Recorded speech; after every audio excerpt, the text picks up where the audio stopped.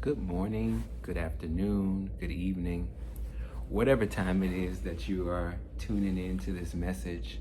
First of all, I am so grateful and honored to have you here on my page. And I hope that you find in this message or in another message that I've shared something useful, something that you can apply to your life, and that will be a blessing to you and your community. Today is December 18th, I think. It's been a blur. Today is December 18th, and so I'm coming to you today with what I hope will be an empowering and inspiring message about taking care of yourself. And again, I try to make these things really short and packed with a punch. So I'll just jump right into it. Have you ever heard a person's life or mind being referred to as a garden? If you've ever heard that expression, you might have also heard that our surroundings, our living spaces, reflect what is going on in the mind. These are two very common concepts, right? And so I kind of want to work with those two things today to give a really simple message about the importance of cleaning it up. Cleaning it up. And by it, I mean you. I mean your mind. I mean the emotional baggage. I mean the lack of emotional awareness, the hurt, the things that continue to plague you and cause you to cause more harm to yourself and to others.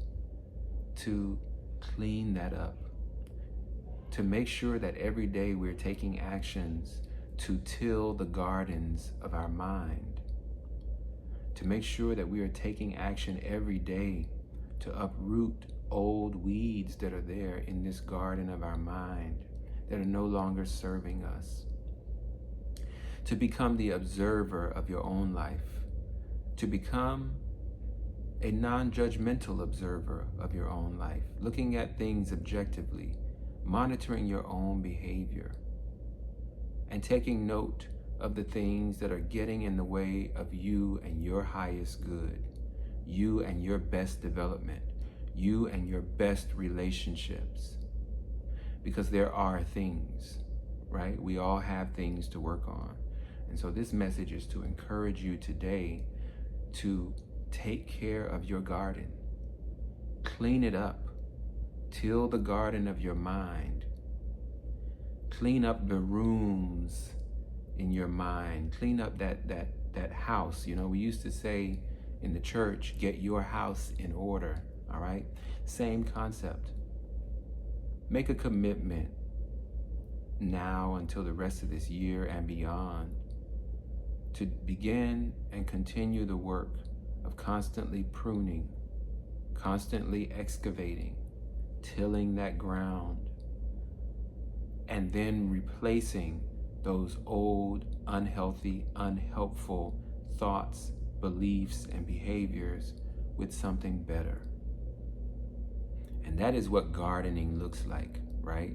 Gardening looks like digging up the stuff that does not help the ground's fertility, treating that soil with as much nutrient as you possibly can, and then planting seeds of things that will be to your benefit and tending to it, right? That is what gardening looks like.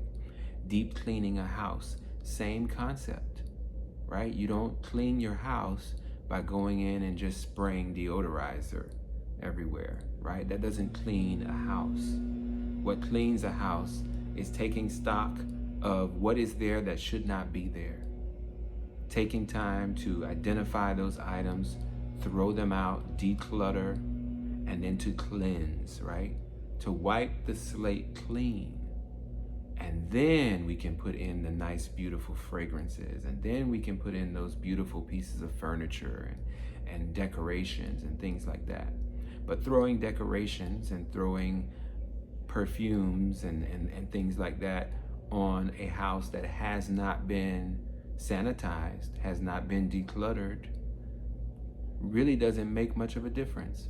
So sometimes we are so invested in the process of adding to our lives, even good things, but haven't taken the time to clear out the things that need to go.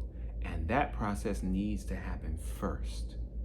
We first deal with the things that need to be cleaned, and then we bring in the goodness.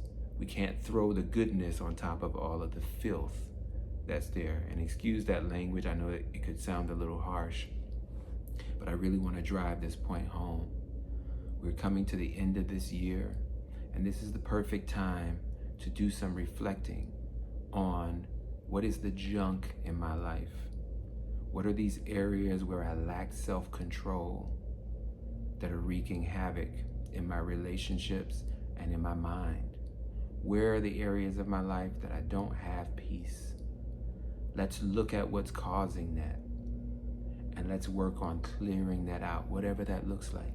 That could be your own personal work. That could be you reading some books. That could be you going to therapy. It could be you going to see your minister or whatever. But take some steps today to identify what needs to be cleared first before we start to put the good in. All right? I hope this message resonates with someone. I hope that it is a confirmation of something you already felt and knew deep down within. And I hope that this is just a catalyst for you to move on that intuition. Let's do the work. Let's clean it up so we can be better versions of ourselves for today and tomorrow. This has been Twan the Counselor, and I had time today for your and my mental health. Light and love always.